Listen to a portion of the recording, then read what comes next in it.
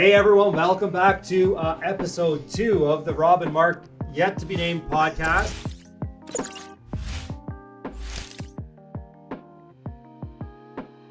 First time we did this, we asked you guys to create the names. Now we're going to ask you to go vote on our Instagram, at Rob Chopra, at Living the Dream 40. Come and vote on what name we should name the podcast.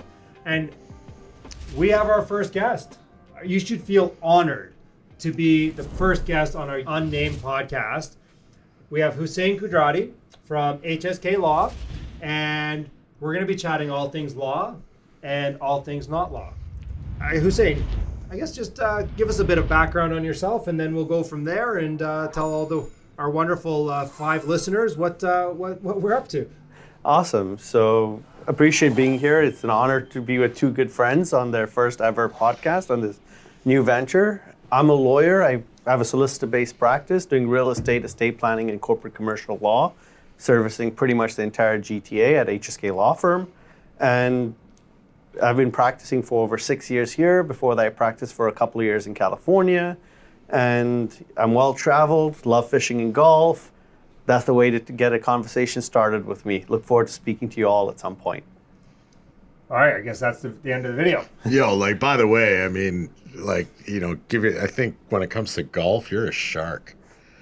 I've seen you shoot anywhere from 80 to 95. Well, I'm just going to put it out there. When we made big bets with him, he shot lights out. So what do they call that again? Like a shark, isn't it? Like Hustler? A hustler. I don't know. I call it a sandbagger. I'm just putting that out. It's not that, Mark. It's just that I'm motivated when you put money on the line. That's why most people, when they want to beat me, won't bet big bucks. That's fair. I didn't think we were actually betting big bucks, but you brought out the big guns. You haven't paid yet. That's why you don't know what it costs you. That's true, actually. That's actually a fact. I have suggested dates that didn't work for anybody, so just putting it out there. We'll get it in the calendar. Yeah. Absolutely. I know there's been a number of changes happening in Ontario recently. Let's just get that out of the way for all the listeners who tuned in because they want free legal advice, and then we'll get into some other stuff. So, I mean, some of the biggest changes have been the foreign buyer ban that has come in federally. The non-resident speculation tax has changed. It's very important that people understand the difference, and when discussing whether, an investor or a family member is looking to buy property in Canada, that both tests are being satisfactorily addressed. That's number one. Number 2 is if you're looking to buy in Toronto, be careful of the vacant home tax. 3, there is the change to the way Bear Trust will work. Fortunately, it got postponed by a year. I know a lot of accountants and lawyers were having a lot of anxiety because a lot of real estate investors and others take advantage of Bear Trusts. And what does that mean? That means that you go entitled to qualify for financing in your personal name, but you actually hold it for beneficial ownership in a corporation. The change that's going to come in from December 31st, 2023 now is that if you do that, you have to report that you hold a property in trust. And as you know from your mortgage brokering side, that sometimes banks want to see your tax returns. And suddenly now when they see that schedule, which they know now to expect, and they see this property, who's the actual beneficial owner or the lack thereof of you showing it as a beneficial owner, can cause problems for your reporting. So if anyone who has taken advantage of Bear Trusts, be careful and make sure you're aware. And a lot of people, what they forget is everyone is in their mother in the last couple of years to get into the real estate game. If they didn't have capital, they went into JVs. If you have an equity interest, but you're not the title partner, that is a Bear Trust. So it applies to those, and that's important for people to realize and understand that there's some big changes coming through for you from December 31st, 2023.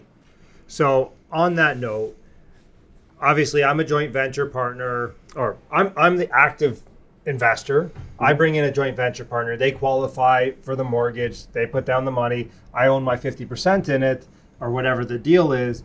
And obviously I hold that through a joint venture agreement, which is just a trust agreement. And I'm going to have to now disclose that I'm part of that. They have to disclose that they hold 50% in trust for you. Yeah, the beneficial interest in the property, right? Is that what you're getting at there? So the trustee has to show that they hold a beneficial interest in trust for whomever.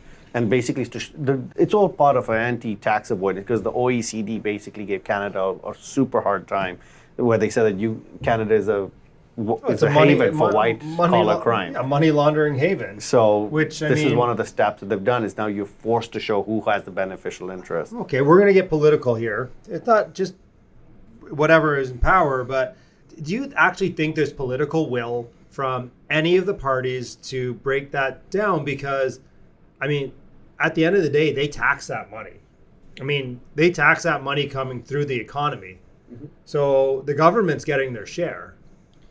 I think at the end of the day, they think they will still be able to tax it, plus pick up the low-hanging fruit from like the average middle-class investors trying to get ahead through joint ventures and other things. And it's not just going to be in this way, right? There's stocks in corporations and all sorts that are going to have to be disclosed and addressed, and also just creating filing requirements. I mean, for accountants now, before, like if you had a family trust or things, if there's no activity or no distributions, you didn't have to file anything. But now when you're going to have to file it, it's creating work, it's creating fees, it's basically a short-sighted government bureaucracy job creation. Job creation program. Okay. Okay, well, talk about that. Then I want free legal advice myself. So I have my family trust. How does that affect me? So any assets held in your family trust, you're going to have to file tax returns on those as well now. And I mean, I believe, just knowing your portfolio somewhat, I'm assuming you have active income already happening within your family trust. So in your case, you should already be filing tax returns. It's not going to be a major change to you. Yeah. It's those who had dormant family trust, where they just held one asset that didn't do anything, wasn't really income generating. Sometimes it's land banking or whatever. It's more those people now who are going to have added work added to them. Like I know, I'm sure you've done joint ventures before. Yep. On both sides potentially. And you're going to have to think about, how is that going to get reported? And you're also going to be strategic about your financing deadlines and seeing before this change comes into effect, before the next tax return, do I refinance before or after based on the lender you're dealing with and how that impacts you? And also just even going forward is, do you want to be using Bear Trust? How is it going to look when you use Bear Trusts? Yeah, I think from the financing side, when you touch on the fact of the reporting aspect of things, is now the banks, everybody will be aware that there's a third party interest on that property specifically, which from the financing standpoint of things, you got to think about this and say, well, now my whole financing structure looks a lot different, right? Lenders are going to look at that now and say, there could be lots of questions. Is it considered a second? Is there what actual capital may be coming into that property specifically from the other partners? So, I mean, to me, where I see this is the government really cracking down on this fact of moving a bunch of capital around, people getting into the market with no money down on a type of investment. Now they just want the reporting to be done properly, right? For sure. And Yeah. I think it'll be an interesting time to deal with. And so and then also we've seen not really a new change, but we've seen again the resurgence of the Russian mafia with trying to sell people's homes unbeknownst to them. And this is again important to all your 5 listeners out there that get title insurance. Hey, that's not very nice. He said it. Yeah, but I can make jokes about it. You can't. That's disrespectful for a guest. If I look I around thought this you wanted room, me to feel at home, and no wonder. I look around this room, we've got 4 already because I'm listening and I'm watching. Yeah. There we go. But on a serious note, the importance of title insurance, people don't really understand the value of title insurance. Title insurance isn't just a retroactive thing, and it's beautiful retroactively because it saves you the money of doing certain off-title searches like water bills and things like that can be added to your tax roll.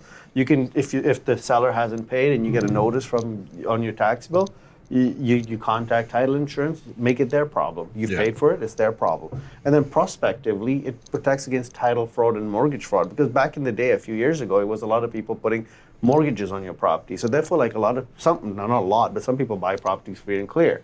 Often people register a mortgage on title just, with their kid or somebody, just to show there was an encumbrance in title to make it that much harder. Because if it's free and clear, people can go put a mortgage on your title, take the equity out, and suddenly, your equity's gone down and someone's run away to wherever with however amount of equity they've taken out. And that's what I've heard in the past is that even if you're free and clear, you want to have some sort of lien or encumbrance against the property for that specific reason. Absolutely. Right? People will look at that and then say, oh, well, I don't want to sell that because then I have to pay off the existing mortgage. I make less money, right? Whereas it's a $2 million home that you own free and clear, then it's like, oh, well, we'll just sell that while they're away out of the country or whatever that is, right? And for our clients, we do a quick title search once a year for no charge if we've actually worked with you on the deal. I love that. That's added value. We try, man. I want to ask one question about the Bear Trust agreements, right? Yeah. Like this change is very, very recent, right? It's not even fully in effect. And in fact, because the government was uncertain of how it was going to play out, they actually delayed the implementation of it by a year. And that's after having already delayed it through consultations by already another couple of years. Gotcha. So the government's slow walked it, and who knows, there might be more delays, right? So, question around that then. If there does happen to be a federal election at some point, and the new party coming in just says this is too much effort and waste, they could just scrap it? Or this is something coming from a government bureaucratic nightmare that just doesn't get it, like it isn't political? So I would say that because of the pressure with trade and relationships with other major nations, I don't anticipate this will be rolled back, but absolutely it is possible that if a conservative government was elected, they might say that, you know what, this is not something we wish to pursue. So for any of the listeners that are out there, like that may have, want to get their planning started effectively, like how do you suggest those investors that have joint ventures going on right now, or that may be looking to get into one, or just taking an overall look at their portfolio, what type of advice that you can give to say, okay, these are the steps that you need to take first to get this kind of in motion, to get ready? I mean, I know what I tell them right away. Just buy commercial properties. I like that idea. If you just buy commercial properties, there's no issues. Everyone's on the shareholders agreement, and you can disclose everything, and it's nice and clean and simple. There are Bear Trust for commercial properties I too. know Some there people are, do. But going to your question, I mean, I know Mark makes a good point about commercial properties, but having said that, it's about understanding three factors. It's understanding your timing of financing. Mm-hmm. It's understanding your overall goals and objectives, because now you're going to be reporting your beneficial interest. So it's attached to it's going to eventually attach to your credit bureau and your ability and what your ratios are. Yeah. And three, what are the timelines for what you want to invest in? That's going to become extremely important to understand what you want to do and why. And, and also the value of now putting your skin in the game. It's, those 50-50 JVs, they don't become as attractive. Now, if someone's going on title versus someone not going on title but providing capital, yeah, that value of going on title is diminished. So you might more people will go on title, or just even if they don't go on title, it just might not be a 50-50 split. So make sure you understand the value of what you're negotiating and the percentages you're giving up in your JV. Okay. And seek advice from people who have done this and understand where actually the value lies. Because a lot of people get into JV agreements where they get a percentage and they think they've got a great deal, but they don't actually understand why. And for me, if you don't understand the why of your percentage, then what's it based on? Just pie in the sky? And unfortunately, as I'm sure you both know, a lot of people just take numbers just based on whatever they're offered and said, oh, this sounds right. Okay, I'll take it. Yeah, 100%. That's the truth. Yeah. Yeah. So what about people, I just want to elaborate on that just another tad bit further, is how can people plan for this to roll out that are in existing JVs? Like who should they be talking to, to make sure that all bases are covered? Three people. They're accountants, they're mortgage brokers, and they're lawyers. Perfect. Got you. Okay. All right. Are we done with Bear Trust now? Yes. I'm done with Bear Trust. I'm done with Bear Trust. But I learned something there too, right? Yeah. I agree. All right, let's switch gears. Screw this lawyering shit. It's boring. Let's talk businesses. Yeah. Oh, you got to tell me what's off board, by the way. Is there anything? I mean, you can go a little bit. I mean, I'll cut you off if I want to. Okay. That's fair. Yeah. But so Hussein, you have obviously experience in many different businesses, mm-hmm. right? A lot of operational experience. And I mean, that's why I like hanging out with you and golfing with you. That's why I like to lose to you on the golf course, so you keep golfing with me. I mean, that's why I do it on purpose sometimes, right? I don't know. Do you want to talk to us about some of the recent businesses that you've seen and been involved with that you again feel comfortable sharing with with us and our 5 listeners? So, I mean, for me, it's my business. I don't discriminate. I go across industries. I go across geographic locations. I'll go anywhere. And ultimately, my motivation and my model of operation for the last few years now and continuing is identifying businesses where my systems and processes can come in and bring in value.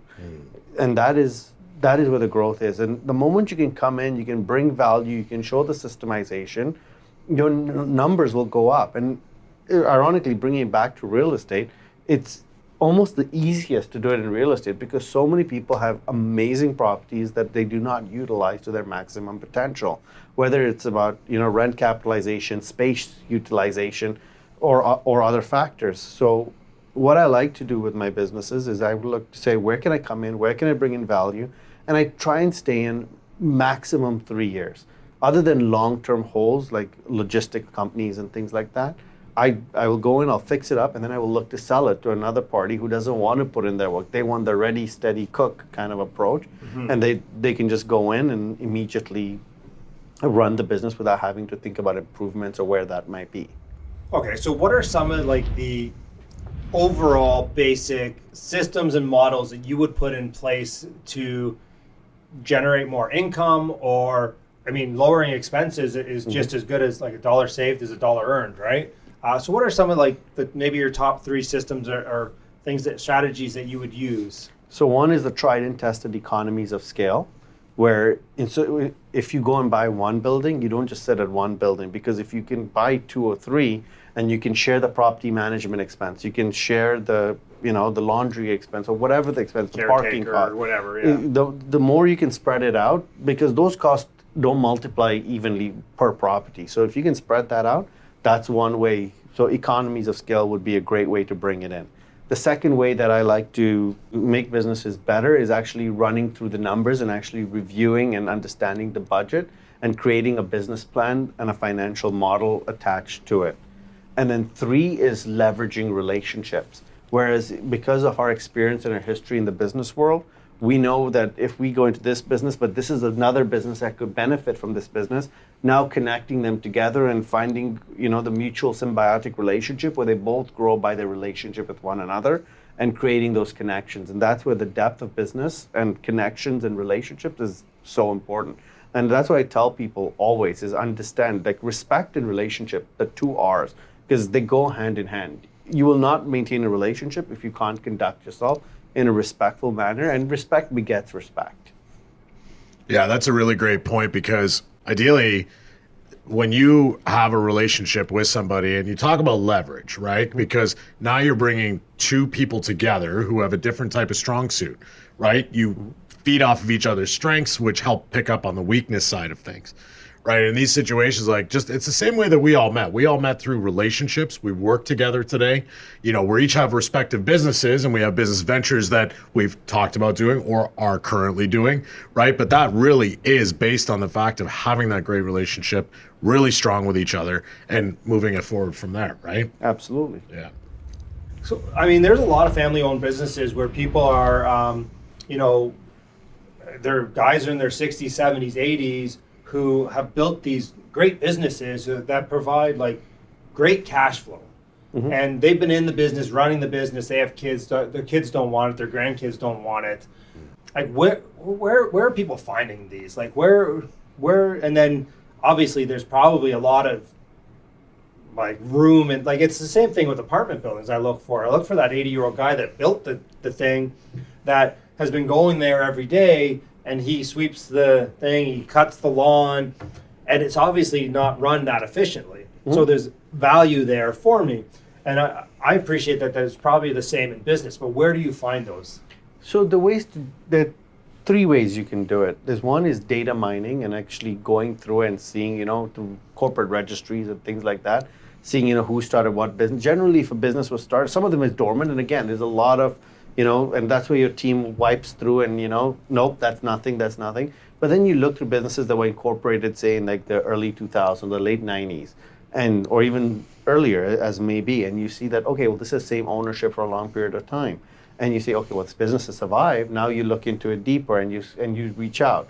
The second way is through your network of accountants and business advisors. So it's about your bankers, your accountants, and you keep good relationships with them, and you say that, who's doing what, who's looking to sell, and things like that. And a lot of the good businesses that come our way come from our strong network of banking relationships that exist. And then M&A firms and VC firms who want to come in and they see deals that don't fit their alleyway completely. And they say, okay, well, this isn't the right fit for us, but we know someone who might be interested because it fits the model they want to operate, right? Because sometimes you don't need to have the $100-200 billion deal. No. You have the 10, 15, $20 million business, or even the $5-10 million business. You go in, you change it, you exit for 15, 20, and you rinse and repeat, And sometimes those small wins adding up will get you a lot further than trying to just chase that one unicorn. And that's why I always tell people is, people, like when they say, oh, why haven't you taken action? Oh, I haven't found the right deal yet. Well, then change your metric, change to find the deal that starts you doing something. Because every moment of inaction, it's like, I exaggerate, but it's like death, A part of you just keeps dying every day. You're not moving yourself forward. You're not actually trying to accomplish something because your juices aren't running. Yeah. Honestly, though, like it's funny. I've been having that conversation over the last month, 2 months of, back this time last year, if you did it quick enough and everyone was hitting a grand slam. Yeah. Right. Mm-hmm. And a lot of investors are still looking for a grand slam. And I'm like, look at all these singles and doubles. Yeah. Like you can just pick up singles and doubles, and you know what? You do that for 10 years, you're in the Hall of Fame. Yeah. Right? Yeah, and you shared that on stage this weekend too at the past event, right? And I think that resonated with a lot of people because a lot of people that entered into real estate in the last couple of years, you could literally, and let's just say, you could throw shit at the wall and it would stick. That was the reality of things. They were buying these properties, they were leveraging to the height. Now going into a new interest rate environment, there's a lot of cash flow negativity that are on these.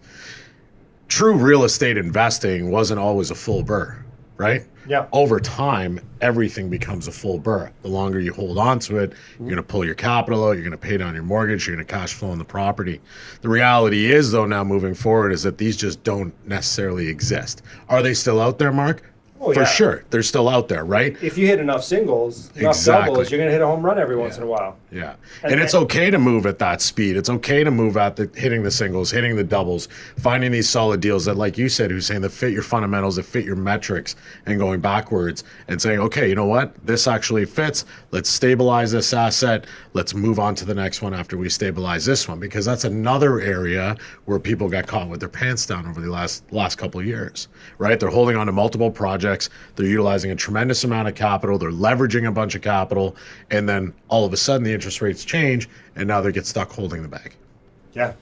Well, who I forget who said it, but you get to see who's swimming naked when the tide goes out. Yeah, Danielle Chason. No, it's from a book. Yeah. Okay. It's somebody more famous than Danielle. I thought you were talking about the weekend. Sorry, Danielle. Sorry, Danielle. I ripped that one off too, so it's good. But yeah, no, and you're seeing a lot of people swimming naked right now, right? Like you're seeing a lot of people who are underwater on their properties, negative carries every month, and it's stressful out there for some people at this time, right?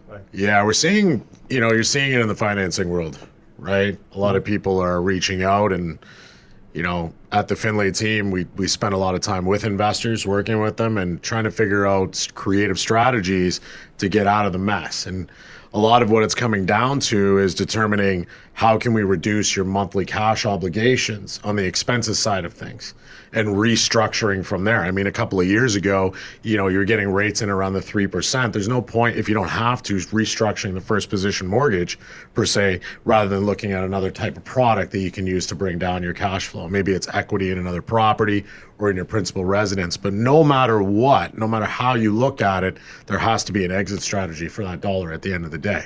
Because otherwise you just pile up the leverage and there's no exit. That's the thing. Shareholder agreements and JVs. My first question after I figure out when distributions are being made is, what's the exit plan? How long can you be here? How long can you tie this money up? What do you want to do next? Because without an exit plan in there, it's so expensive. Litigation is a nightmare. I don't know if either of you have been through it, but it is an absolute nightmare to be in litigation. Hussein, I remember when I first started working with you, it was almost like an interview. And when I got off the phone, I was like, damn. I feel like I literally just, answered every single question in the book. And I was like, wow. But I get it now, right? I understand why the point of that was. It's actually looking out for your client, right? And understanding the structure of your client so that you can help them moving forward. Yeah, But it literally was an interview. I mean, the joke is that for me, if you're going to be one of my core clients that I want to grow with and help scale to the next level, the only person who's going to know you better than me is your wife Fact. or your husband, because otherwise I will know you better. He just welcomed me with open arms. He gave me a hug. Oh, he welcomed me with open arms, but I think this is like one of those team things. Like everybody works with a different team member. Yeah. I related to the fact of the onboarding process, right? It was very thorough. It was very, there was also advice that was given to me when I was joining that and learning things just even during that consultation call, right? I mean, I still came back, but I mean, I think the takeaway from that really specifically is like, you should be going through that type of 100%. Right? You Because should be even going. he found, I hope, because he said he did, he found tremendous value. Oh, yeah, totally. We went through and made him think about like at least 5 or 6 different things he had not considered. Yeah, 100%. Good point. Well, I know Hussein gives me shit all the time for stuff I do.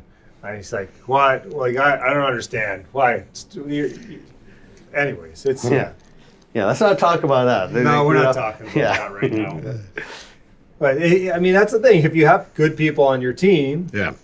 then you should probably be using them and not just be your own lawyer. Yeah, I mean, Hussein, like when you're bringing on your clients, right? Like you go through a know your client type type strategy, and when you go through your know your client type strategy, like, is there a few key things that you're looking? Like, what are the key things that you're looking for in your client to help them continue to grow on their journey to grow out their portfolio? They have to have a willingness to listen and learn. Like, I've had clients where they think they know everything and they basically want to just tell me paper it and do it this way. And for me, you know what, I'll work with those clients because it's money and sure, but for me, I'm not going to be motivated to go the extra mile. That's not the client who's going to get me to answer and you both know, going to answer the call on like a Sunday evening or, at 10 o'clock at night on a weekday. But Or pick up your phone call when you're in another country halfway across the world. Literally, when I was in Mexico, it was you were in India and you picked up the phone. Yeah. And I said, why did you answer? And you said, well, I need to make sure you're okay. Yeah. That's huge value. So for sure. And so that's what I like to do, right? And so if you're willing to learn, you have a plan of what you want to accomplish, you have goals, you have ambition and targets, but you're also not going to do it by choosing to step over people. You're willing to actually grind and work hard to get ahead. I'm not going to be the lawyer who's going to help you screw people over. I'm not going to be the lawyer saying, draft an agreement, my buddy has more money than sense, let's stick it to him. I'm not going to do that. My principles and my values will never allow me to do that. Yeah. So for me, it's all about, working with ethical, good people with a plan who want to learn. If that's you, I'm confident you'll be happy working with me. The one caveat I'll have is I can be sometimes a bit blunt and I can be very direct. I don't mean it maliciously ever. Did we touch on, you're a real estate investor yourself, right, Hussein? I am. Yeah. What type of assets do you buy? Currently, I'm always looking to buy waterfront properties simply because I like to collect them. I mean, He made an offer last night on one. Where? that will stay confidential. For Yeah. now. We can't get on that one. But how did you start, right? Like, did you start, like, I come from a family of real estate investors. Yeah. Like my ancestors, whatever they could save, whatever money they made, they always was like land accumulation. Like my faith-based community, like we come from a trading business-based community, and business and land ownership historically have always been intrinsically tied. And so it's just something that we've stayed with and grown and expanded our portfolio along the way, and then gone into different asset classes and enjoyed it along the way. Right now, industrial is personally my personal interest, and I'm exploring and executing, and also mixed use commercial is also of interest to me. What type of industrial? Like single user, like industrial warehousing? Personally, I like the railroads in the U.S. and warehousing for goods and services, and more their parts and logistics are along there, because it's unfinanceable land, but if you've got the cash, the returns on it are magnificent. Is that a long process to get something like that? I mean, where do you even start? you would need contacts with certain financial institutions to bring those deals to you. Like Gotcha. those are very much like you don't go and make an offer on the day a deal is presented to you if you want to make that deal happen.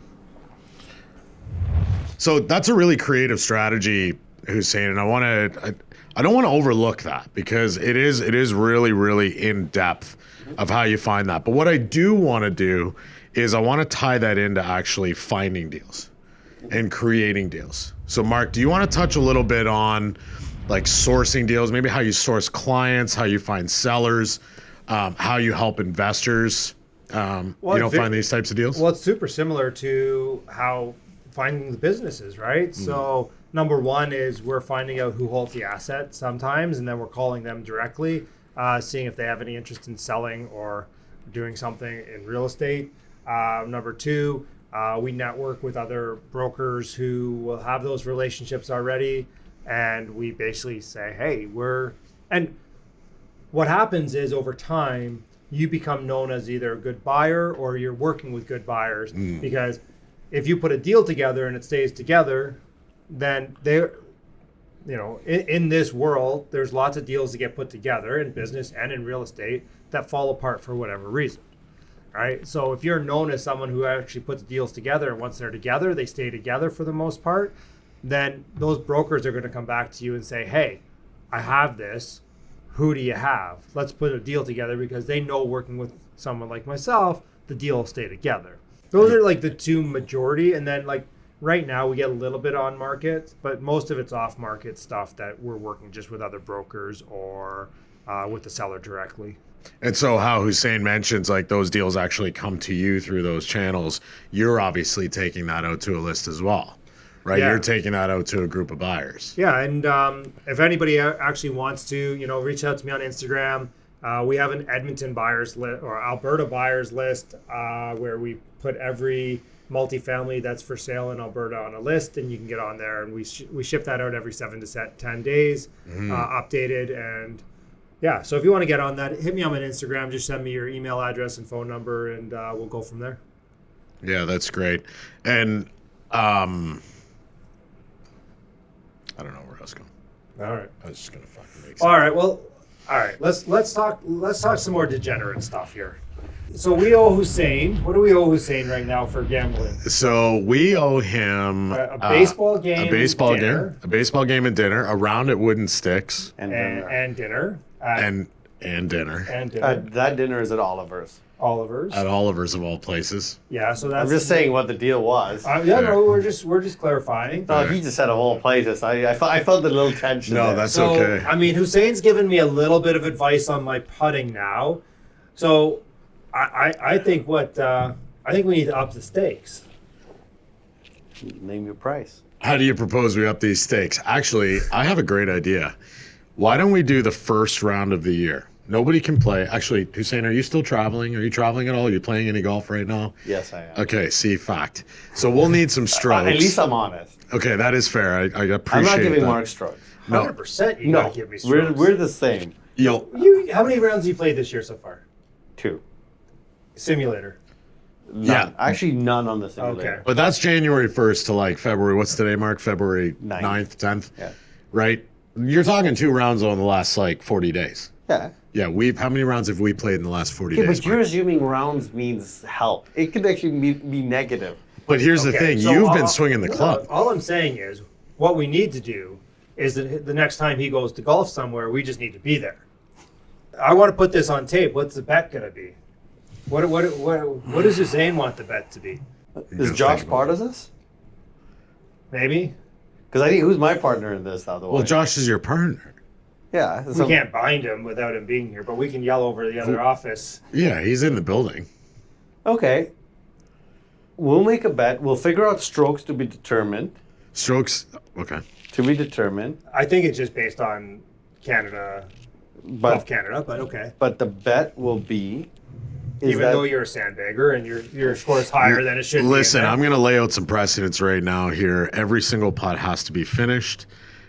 All rules is from the tee onward fall Absolutely. into place. Absolutely. And it's a trust. It's a game of trust. However, there's no gimmies. There's no Oh, reliefs. And you have to use a minimum of 4 holes from your partner. Oh, that's a good one too. I disagree. Why? Because you're my partner, Rob. I know, but I'm a You're great partner to have. Listen, when my putter's on, it's on. Listen, you had 2 good holes at the Borthwick, and we appreciated that. Yeah, and what But did that we do? was 2 out of 4. Like, Yeah, but we were still drinking Guinness out of that cup. Okay, at let's the put end the of the night. difference. 3.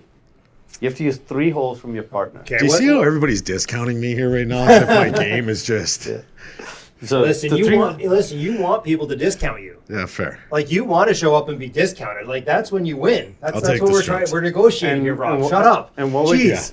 we're gonna do is we're gonna do a boys golfing trip where the losers have to pay for the winners, and it's either gonna be to Tobacco Road in North Carolina, or it's gonna be somewhere in Florida of the winners choosing. And is this flight, hotel, golf, the whole works? All meals, all car rentals, everything. And does that wash out the old previous bet? No. Wow, I like that one, Mark. We have to go to the simulator today. We got to start training. Yeah. I got to go use my lessons with Brad. Is Yeah, that that's a big actually? one. I think that would hurt me probably. Go, I mean, go rework your swing. Absolutely. yeah, 100%. We have to check. We have to check with Josh if he's gonna. But I'm game. Should we yell for him? Oh, I'm totally down. Then get him in the room. Okay, let's get him in the room. I'll jump off the mic. You. All right. So let me just okay. When is the game going to take place? That's We'll pick a date as soon as the season starts. okay. So we're going to do it in Ontario. In Ontario, season starts. It cannot be at Hamilton. It has to, because it has, and it cannot be at Glendale. It has to be at a neutral course.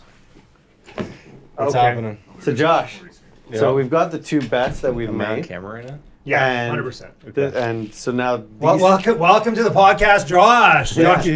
so Josh is my Doyle. partner, and he's the guy who these guys owe a lot to. They wanted another bet. They wanted me to propose high stakes. Okay. So the next bet is that the loser strokes are going to be determined and figured out later. Okay, we need a lot of strokes, but yeah. But the loser is going. The loser is going to Sandbag. pay for the winner to go to either Tobacco Road Golf Course in North Carolina or somewhere in Florida. All expenses paid: food, drink, I like that with Hussein because I know he doesn't drink, and I like wine. So everything.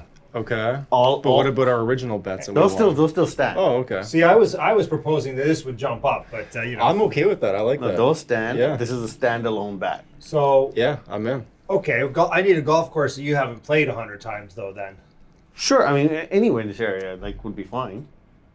Glendale. No, I already told him no Glendale, no Hamilton. I want Hamilton. Fair. No, we Those can't. those 2 are eliminated. Listen, I'm in. I'm 100%. It's us 2 together? Yes. Yeah, I'm in. Okay, but we still have to negotiate the strokes and No problem. holes and whatever. No problem. But I'm we in. have an agreement in principle. I'm totally in. And they have each team has to use 3 holes minimum from their No, partner. we haven't agreed on that yet. You're not agreeing on 3? I think 2 is better. No, 3 is fair. Yeah, I'm in. done. All Full right. 18, yeah. Okay. Yeah, I'm watching this sandbagger over here for his handicap going up between Yeah. now and then. Oh, it's going up. Dude, this weekend I'm going to shoot 120. Hold I on, can just feel it. Hey, and we're all playing together, right? We're not going to separate it. No, so no it's- separation, all right. no nothing. Perfect. Okay. So we can keep Perfect. an eye on these guys, all right? Yeah. Good. Yeah, none of this other crap. But Yeah. I need to look up your handicap as of this time. 10.6. 10.6. Ooh. I'm playing to a 16. So what happened here with Josh?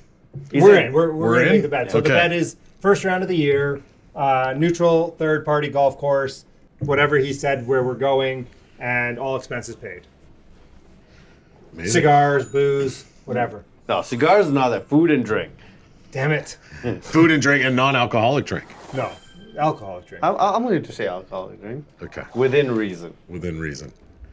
So on that note, second podcast ever. Thanks for being our guest here. We locked down a nice solid bet, and yeah, we're ready to go. Any last parting words there, Rob? Yeah, Hussein, just wanted to say thanks for contributing to the giveaway for the viewers and for the guests.